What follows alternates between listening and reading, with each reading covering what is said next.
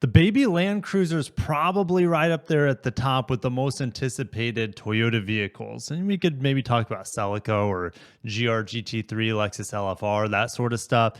But I honestly think the mini Land Cruiser is probably top one or two of most anticipated vehicles coming from Toyota, at least on my channel.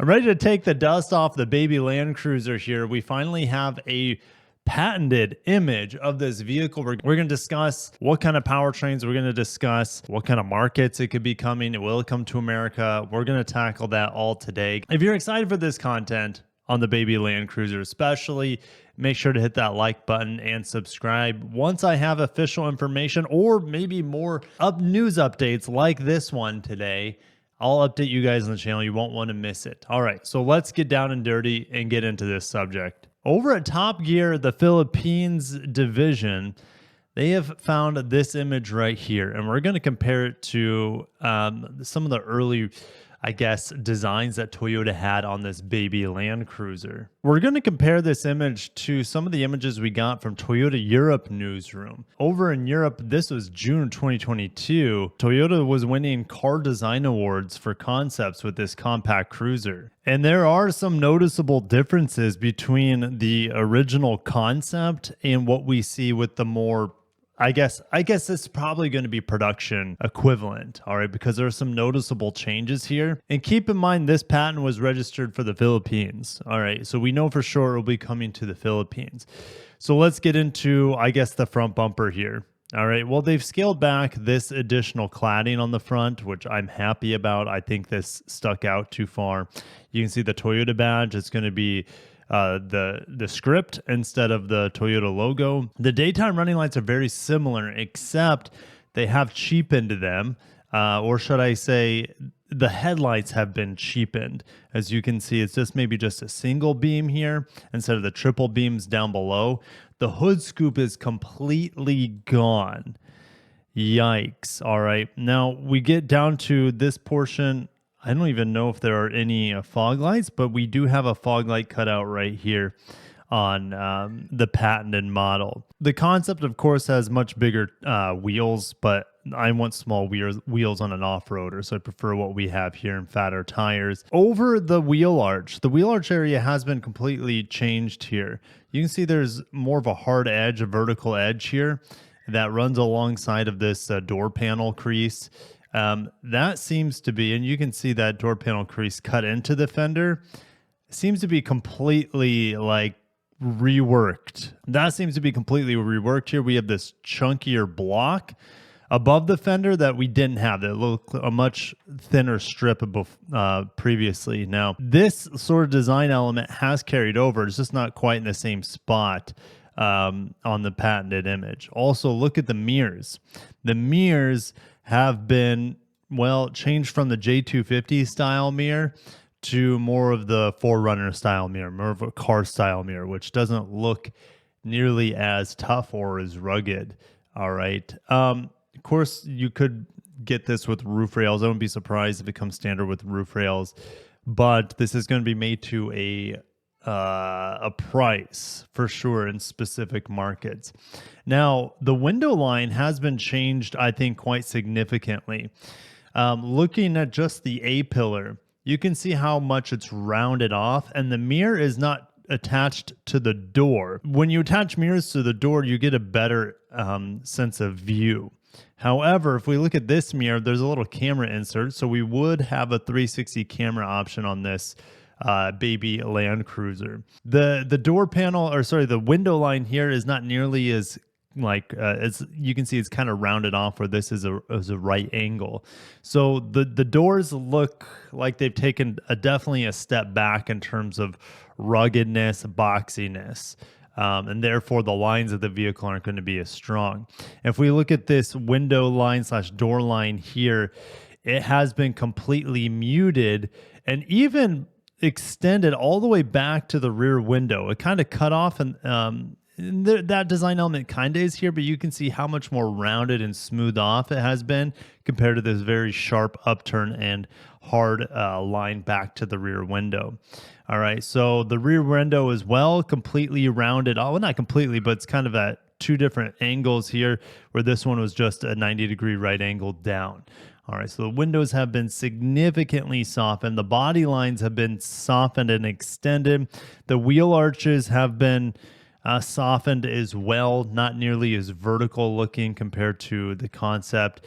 Now, where are the door handles? I don't know. I don't know what they're going to do with door handles, but I would assume where they have the door handles here is probably where they're going to have the door handles on this concept. One thing we can celebrate is that the tire is still on the back, and we're kind of losing detail, at least from this angle. So let's go to the next image again. This is what Simon Humphries teased when the LandCruiser J250 was revealed a couple of years ago. This is just, I hope it looks very close to this, but can we say that what we see here is what we see here? I think there's actually a really good chance. This just has Meteor tires on it, but look, the front bumper is not nearly as extended as it was in the concept. The mirrors are not like the big blocky chunky mirrors that we saw in the concept. They're more similar to here. The window line looks, I would say, identical between the two. It's a little bit more rounded off here compared to the concept. And you can see the door handles right here on this teaser shot. Tire on the back.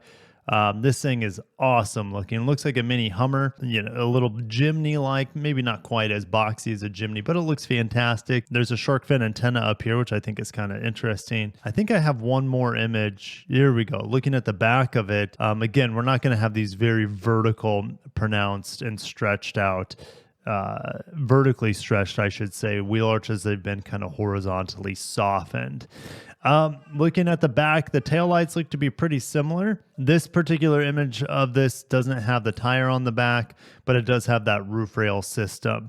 And we just don't have any patented images of the back compared to this, except we know that there's a tire sitting back there, which is really, really good news for this baby FJ LandCruiser. You know, over at Creative 311, which is a Japanese scoop site, they're saying that the LandCruiser FJ, the smaller one, its ground clearance will be very similar to the J250. They're saying that this bottom portion is unpainted, kind of like the 1958 J250 LandCruiser Prado that we get in the States. This LandCruiser is supposed to be built to a price, and you can see some of the design elements that are fairly similar here with the Hilux Champ.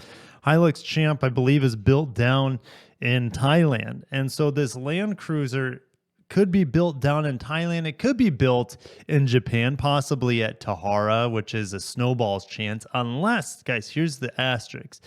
They could have two different variations of this.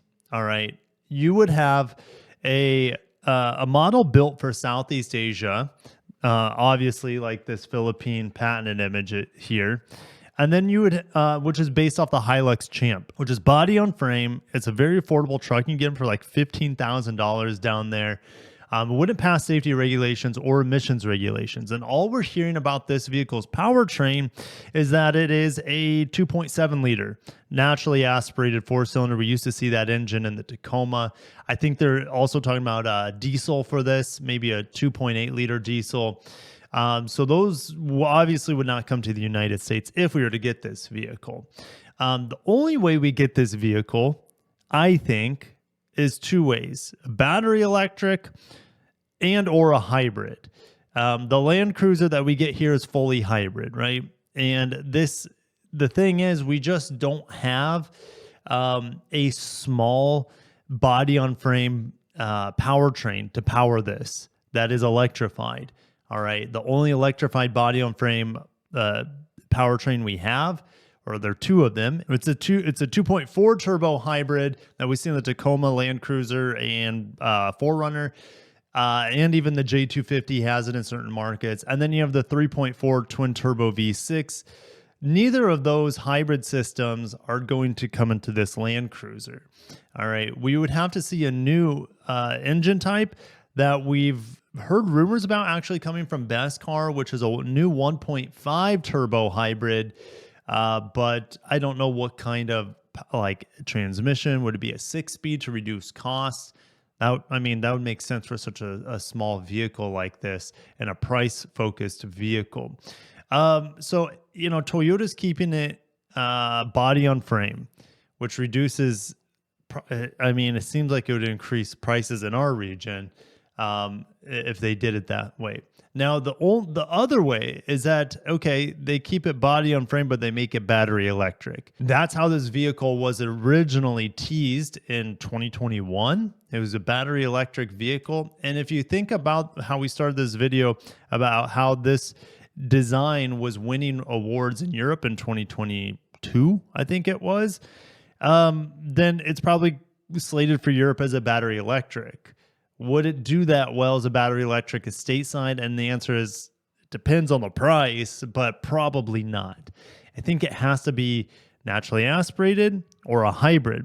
Since it's a truck-like vehicle, they might be able to get away with it as a naturally aspirated, but maybe not the 2.7. Maybe they put the 2.5 in there. But everything seems to be getting hybridized. So I still think that this vehicle coming to America is still very, very low probability. In fact, I think that it's a better chance of it arriving in Europe as a battery electric than arriving in the United States as a battery electric. But that could be wrong. Time will tell. And lastly, I just kind of want to show you how this vehicle is estimated in terms of size. If we look at the Corolla Cross, which is behind this Jimny, it's significantly bigger than a two-door Jimny. Now, they make a four-door Jimny now as well. But you can just see here, this LANDCRUISER FJ is supposed to be about the size of the Corolla Cross, at least in length. It might be a little bit taller since it's body on frame. It'll have better ground clearance, right? You can put bigger tires on it. So that's roughly what the size is going to be, at least lengthwise. And to give you an idea of how it stacks up against a J250, we have the equivalent size Corolla Cross, again, which is supposed to be the same size as this LANDCRUISER FJ. And you can see a J250 Prado behind it. So it's going to be noticeably smaller, but still the chances of it coming to America, at least initially, maybe at launch, is like slim to none. I think they would have to figure out a hybrid powertrain, a 1.5 turbo hybrid for it for stateside, or fully battery electric. But yeah, I don't want to get my hopes up for it like I have in the past. It is getting closer to reveal. When can we expect it? Well, Japan Mobility Show would be an amazing time to reveal this vehicle. And I will be at Japan Mobility Show one way or another this fall to bring you guys that coverage. We know Lexus is getting like arguably the biggest like announcements we've ever seen for the brand since the brand was started in 1989. All right. So Lexus is getting huge announcements. Hopefully we get a Celica announcement or MR2, whatever it's going to be. Hopefully we get a baby LANDCRUISER announcement and some clarity on what this vehicle is going to be powered by, where it's going to be built. And I guess, yeah, we just don't have the capacity in the United States or Mexico or Canada to build this vehicle. But who knows? Who knows what's going to happen? Stay locked in on the channel, because if I hear a sniff of anything about this vehicle, especially if it comes to increasing its chances of it landing in North America, I'll update you guys. So thank you for watching. Stay tuned for more and have a great day.